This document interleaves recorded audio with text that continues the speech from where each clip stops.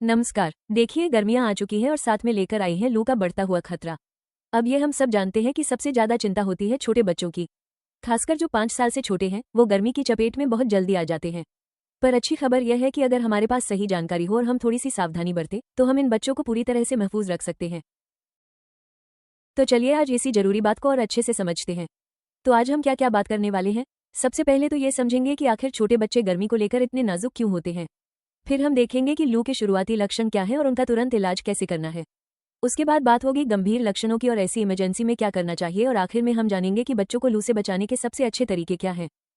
तो चलिए शुरू करते हैं और सबसे पहले उस सवाल का जवाब ढूंढते हैं जो हम सबके दिमाग में घूमता है कि आखिर छोटे बच्चे लू की चपेट में इतनी जल्दी आ कैसे जाते हैं। देखिए, इसकी सबसे पहली और सबसे बड़ी वजह यह है कि छोटे बच्चों का शरीर बड़ों के मुकाबले बहुत बहुत तेजी से गर्म होता है। सोचिए, उनका शरीर छोटा है तो बाहर की गर्मी का असर उन पर कहीं ज्यादा और कहीं जल्दी होता है।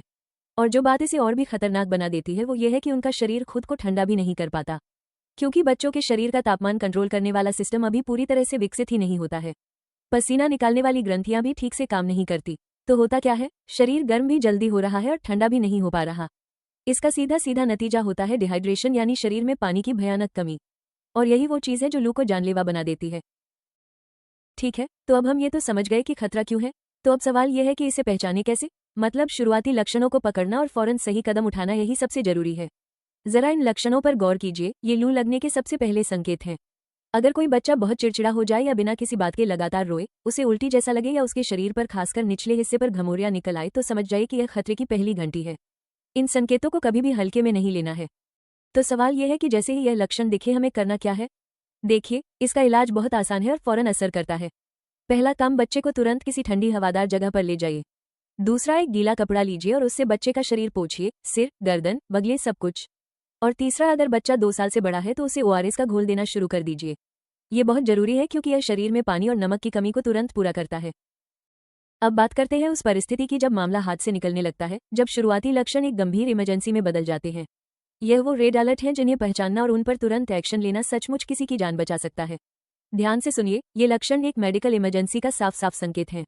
अगर बच्चा रो तो रहा है पर उसके आंसू नहीं निकल रहे, अगर उसकी त्वचा छूने पर एकदम गर्म, लाल और सूखी महसूस हो, आंखें अंदर धंस गई हो, तालू भी धंसा हुआ दिखे, या फिर बच्चे ने कई घंटों से पेशाब भी ना किया हो, तो समझिए स्थिति बहुत बहुत ज्यादा गंभीर है। और एक और बहुत बड़ा खतरे का निशान है बुखार। अगर थर्मामीटर पर बच्चे का तापमान 104 डिग्री फ़ारेनहाइट या उससे भी ज्यादा दिखाए तो यह एक बहुत ही सीरियस परिस्थिति है।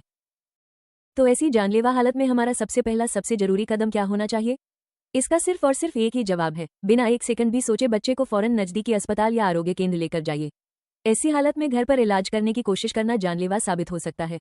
और हाँ, एक बात गांठ बांध लीजिए कि ऐसी परिस्थिति में बच्चे को बुखार कम करने की कोई भी दवा अपने आप बिल्कुल मत दीजिए। ये बहुत जरूरी है क्योंकि लू से जो बुखार चढ़ता है वो आम बुखार जैसा नहीं होता, और ये दवा बच्चे को फायदे की जगह और ज्यादा नुकसान पहुंचा सकती है। अब अस्पताल ले जाते समय भी हम कुछ जरूरी चीजें कर सकते हैं। रास्ते में बच्चे के अतिरिक्त कपड़े उतार दे ताकि उसके शरीर को हवा लगे। अगर हो सके तो ठंडे पानी छींके और पंखे से हवा करें। बच्चे को लिटा दें और उसके पैरों के नीचे तकिया या कुछ रखकर उन्हें थोड़ा सा ऊपर उठा दें, और अगर बच्चा होश में है तो उसे ओआरएस का घोल पिलाना जारी रखें। कहते हैं ना, इलाज से बेहतर बचाव है।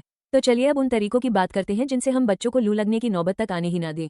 बचाव के तरीके ना बहुत ही सीधे और सरल हैं जिन्हें कोई भी अपना सकता है। पहला, हमेशा बच्चों को हल्के रंग के ढीले ढाले सूती कपड़े पहनाएं। इससे हवा आर पार होती रहती है। दूसरा, अगर बाहर जाना ही पड़े तो बच्चे का सिर टोपी या किसी कपड़े या छतरी से जरूर ढके। और सबसे जरूरी बात, अगर बच्चा 6 महीने से बड़ा है तो उसकी प्यास लगने का इंतजार मत कीजिए। उसे थोड़ी थोड़ी देर में पानी या जूस जैसी तरल चीजें पिलाते रहिए। अब जो बच्चे 6 महीने से भी छोटे हैं उनका तो हमें खास ख्याल रखना है। उनके लिए पानी का एकमात्र जरिया है माँ का दूध है, तो उन्हें बार बार स्तनपान कराएं, और यह भी जरूरी है कि माँ खुद भी भरपूर पानी पिए। और एक ऐसी गलती है जो जानलेवा हो सकती है, बच्चे को कभी किसी बंद कमरे में अकेला मत छोड़िए। बच्चों को हमेशा खुली हवादार जगह पर ही रखें।